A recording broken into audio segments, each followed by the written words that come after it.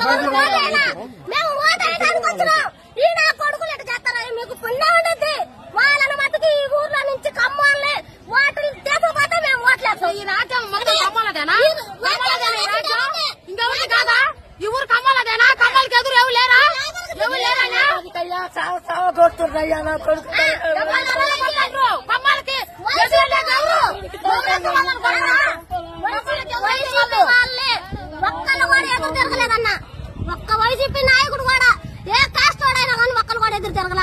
TDP నాయకులు మొత్తాన్ని కొట్టిర్రు, తలకాలు బదులు. నమస్కారం, నా పేరు ప్రసాద్. ఇప్పుడు మాచర్ల నియోజకవర్గంలో ఎన్నికల తర్వాత జరిగిన హింసాకాండ కోసం మాట్లాడడానికి మేము ముందుకు వచ్చాను. మే 13 ఎన్నికలు అయిపోయి పోలింగ్ ముగిసిన తర్వాత ఆ మరుసటి రోజు అక్కడికి మరో రోజు వరుసగా 3 రోజుల పాటు మాచర్లలో జరిగిన విధ్వంసం రాష్ట్ర వ్యాప్తంగా కాదు దేశవ్యాప్తంగా చర్చనీయాంశంగా మారింది. అసలు మాచర్లలో ఏం జరిగింది, రోజు ప్రధాన పత్రికల్లో వస్తున్న కథనాలు ఏమిటి, ఇందులో వాస్తవం ఎంత ఉంది, ఏం జరుగుతుంది అనేది చెప్పడానికే ఇప్పుడు మీ ముందున్నాను. ముఖ్యంగా రాష్ట్రంలోనే కాదు దేశంలోనే మీడియా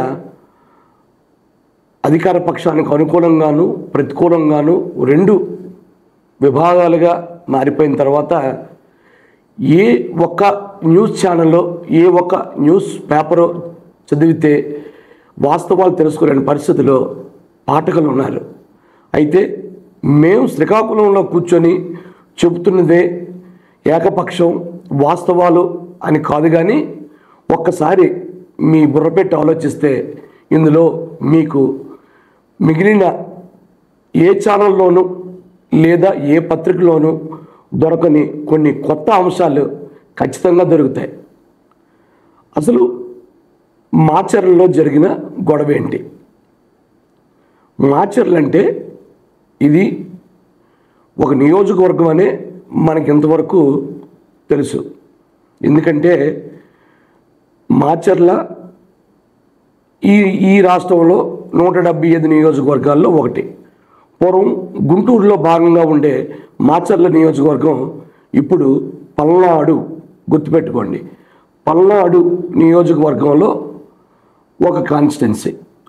పల్నాడులో రాష్ట్రంలో అన్ని జిల్లాల మాదిరిగానే 7 నియోజకవర్గాలు ఉన్నాయి. అందులో మాచర్ల ఒకటి.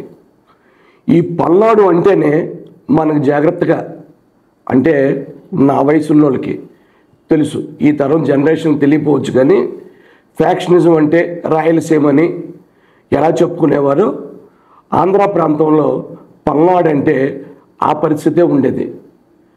నాగార్జున సాగర్ నిర్మించి గుంటూరు జిల్లాకి నీళ్లు ప్రవహించిన తర్వాత నెమ్మదిగా ఇక్కడ వర్గ తగాదాలు ఫ్యాక్షనిజం తగ్గింది. కానీ ఇక్కడ కూడా మీకు చరిత్రలో తీసుకుంటే పల్నాడు ఒక యుద్ధభూమిగా, దీనికి గతంలో మా చిన్నతనంలో ఒక తెలుగు నాండిటైల్ పల్నాడు బ్రహ్మనాయుడు, నాగమ్మ, ఈ కథలు పల్నాడు పౌరుషాన్ని కట్టి మన కళ్ళకు చూపించేవి.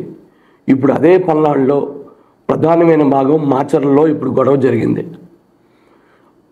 ఇప్పుడు మనం రోజు వింటున్నది చూస్తున్నది మాచర్లలో ఓ నియోజకవర్గం అయినా అక్కడ ఓ పోలింగ్ బూత్లో సిట్టింగ్ ఎమ్మెల్యే పిన్నెల్లి రామకృష్ణారెడ్డి ఏకంగా ఈవీఎంను ధ్వంసం చేయడాన్ని ఇప్పుడు వీడియో రూపంలోనూ పత్రికాముఖంగా ప్రధానంగా కథనాలు వెలువడ్డాయి.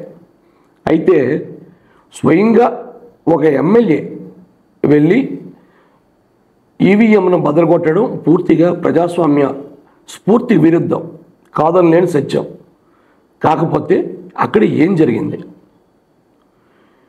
సిట్టింగ్ ఎమ్మెల్యే పిన్నెల్లి రామకృష్ణారెడ్డి 1996లో యువజన కాంగ్రెస్ అధ్యక్షుడిగా గుంటూరులో అడుగుపెట్టి జడ్పీటీసీగా పనిచేసి 2004లో తొలిసారిగా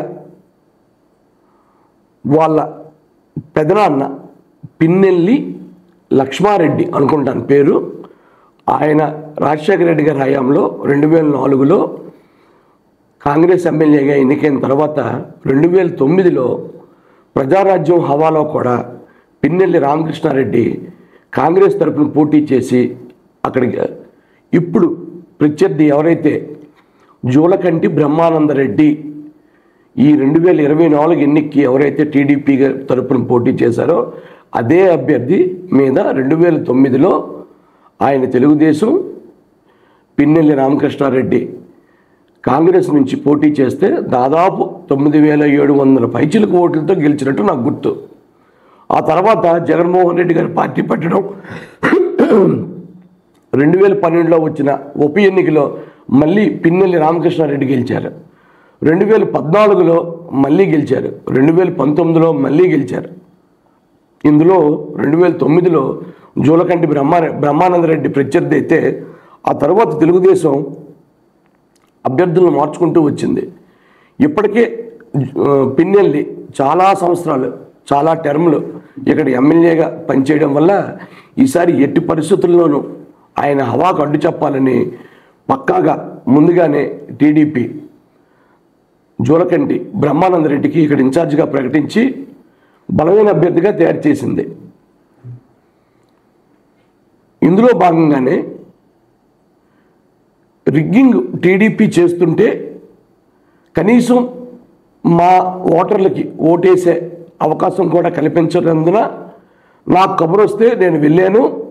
అక్కడ మొత్తం ఏకపక్షంగా సాగుతుండడంతో ఏదో జరిగిపోయిందన్న కోణంలో వైకాపా పిన్నెల్లి రామకృష్ణారెడ్డి తరపు మనుషులు చెప్తున్నారు. పక్కన పెడితే పల్నాడులో 7 నియోజకవర్గాల్లో అన్ని చోట్ల కూడా ఈసారి పక్కాగా ఈ పరిస్థితే ఉంది. అంతెందుకు అక్కడికి 2 అడుగుల దూరంలో ఉన్న సత్తెనపల్లి కాన్స్టిట్యున్సీలో స్వయంగా రాష్ట్ర నీటిపారుదల శాఖ మంత్రి అంబటి రాంబాబు పోటీలో ఉన్నారు. ఇక్కడ కూడా ఈవీఎంలు బద్దలు చేశారు మహాప్రభు, వీవీప్యాట్లు బద్దలు కొట్టారు, ఇక్కడ ఖచ్చితంగా రీపోలింగ్ జరపండి, ఇక్కడ కూడా రిగ్గింగ్ జరిగింది అని స్వయంగా ఆయన కోర్టుకు వెళ్ళారు. దీని మీద ఎవరూ మాట్లాడటం లేదు. మరో చోట ఎరపతినేని శ్రీనివాసరావు గారు టీడీపీ తరపున పోటీ చేశారు, బహుశా పెదకూరపాడు అనుకుంటా. అక్కడ కూడా ఇదే జరిగింది. పల్నాడులో ఉన్న 7 నియోజకవర్గాల్లోనూ బూత్ క్యాప్చరింగ్లు జరిగాయి, వీవీప్యాట్లు బద్దలయ్యాయి. 1-2 చోట్ల మీద వీవీప్యాట్లు బద్దలయ్యాయి, ఈవీఎంలు బద్దలయ్యాయి. పోలింగ్ సిబ్బంది చేతులెత్తి దండం పెట్టి పక్క తప్పుకున్నారు. ఇది ప్రతి చోట జరిగింది. కానీ ఒక్క పిన్నెల్లి రామకృష్ణారెడ్డి అంశం మాత్రమే గత 4 రోజులుగా తెర మీదకి ఎందుకు వచ్చింది? ఇప్పుడు ఇది ప్రశ్న. రామకృష్ణారెడ్డి బద్దలు కొట్టిన ఈవీఎం ఫుటేజ్ బయటపడడం, ఆయన్ని అరెస్ట్ చేయాలని ఎలక్షన్ కమిషన్ అధికారులు ఆదేశించడం, ఆయన పరారీ కావడం, కోర్టుకు వెళ్ళడం, 6వ తారీఖు వరకు నాట్ టు అరెస్ట్ అనే ఒక ఉత్తర్వులు తెచ్చుకోవడం, ఇవన్నీ మనం రోజు పత్రికల్లో చూస్తున్నాం. ఇదే సీను సత్తెనపల్లిలో కూడా జరిగింది. ఆయన కూడా ఇక్కడ రీఎలక్షన్ జరపాలని కోర్టుకు వెళ్ళారు, ఈసీ దగ్గరికి వెళ్ళారు. కానీ అవసరం లేదన్నారు. మీరు సోషల్ మీడియాలో చూస్తే సత్తెనపల్లిలో కూడా వీవీప్యాట్లు బద్దలై కనిపించాయి. ఇక్కడ కూడా తెలుగుదేశం వైకాపాకు ధీటుగా బూత్ క్యాప్చరింగ్ చేసింది. ఈసారి చావో రేవో తేల్చుకోవలసిన ఈ ఎన్నికల్లో ఎట్టి పరిస్థితుల్లోనూ పల్నాడు, గుంటూరు, ప్రకాశం, నెల్లూరు ఈ జిల్లాల్లో ఖచ్చితంగా ఎక్కువ సీట్లు గెలుచుకోవాల్సిన అవసరం టీడీపీకి ఉంది. అలా అని వైకాపా అక్కడ బలంగా ఉందని కాదు. రాయలసీమలో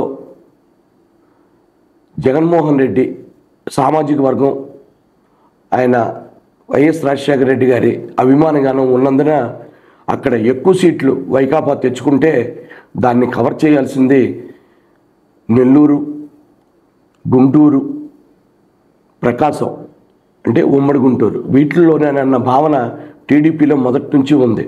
అందుకే ఎట్టి పరిస్థితుల్లోనూ పల్నాడులో పాగా వేయడం టీడీపీకి అవసరం. కాబట్టే పిన్నెల్లి రామకృష్ణారెడ్డి ఫుటేజ్ను బయట పెట్టింది. ఇప్పుడు దాన్ని పెద్ద ఇష్యూగా చూపింది. నిజమే, ఇది ఖచ్చితంగా పెద్ద ఇష్యూనే. కాకపోతే రీపోలింగ్ జరపాలి అని టీడీపీ డిమాండ్ చేస్తుంటే బాగుండేది. ఎన్నికలకు ఇంచుమించు 2 ఏళ్ళ ముందు నుంచి మాచర్లలో హింసాకాండ, సర్పంచ్ అనుకుంటాను చంద్రయ్య అనే ఒక వ్యక్తిని వైకాపా నేతలు చంపేశారు. ఆ తర్వాత టీడీపీ తరఫున జూలకంటి బ్రహ్మానందరెడ్డి తో ఫాలోవర్స్గా ఉన్న మరో 2-3 కూడా ఈ హత్యాకాండలో పోయారు. సో ఎట్టి పరిస్థితుల్లోనూ ఈసారి మాచర్లలో గొడవలు జరుగుతాయని, పల్నాడులో ఖచ్చితంగా బూత్ క్యాప్చరింగ్లు ఉంటాయని, రిగ్గింగ్లు ఉంటాయని అందరికీ తెలుసు. కానీ ఇంతమంది పోలీసు బెటాలియన్లు, పారామిలిటరీ సిబ్బంది ఉండి కూడా ఇక్కడ దీన్ని నిరోధించలేకపోయారు. అన్నిటికంటే విచిత్రమైన విషయం ఏమిటంటే పోలింగ్ జరిగిన చాలా రోజుల వరకు ఆ పోలింగ్ స్టేషన్లో, సంబంధిత పోలింగ్ స్టేషన్లలో ఈ విధంగా బయట వ్యక్తులు వచ్చారు, వీవీప్యాట్లు బద్దలగొట్టారు, ఈవీఎంలు బద్దలగొట్టారు అని ఎన్నికల అధికారులు, రిటర్నింగ్ ఆఫీసర్లు ఎవరు ఎక్కడ కంప్లైంట్ ఇచ్చినట్లు ఏ పత్రికలోనూ ఏ కథనం రాలేదు. సరే, ఇంతవరకు పిన్నెల్లి రామకృష్ణారెడ్డి వైకాపా అభ్యర్థి కాబట్టి బద్దలగొట్టారు. కానీ ఈ వీడియో ఫుటేజ్ వచ్చే వరకు తెలుగుదేశం కూడా రామకృష్ణారెడ్డి పోలింగ్ బూత్లోకి వెళ్ళారు, ఈవీఎం బద్దలగొట్టారని ఇంతవరకు చెప్పలేదు. ఏ మీడియాలోని కథనం రాలేదు.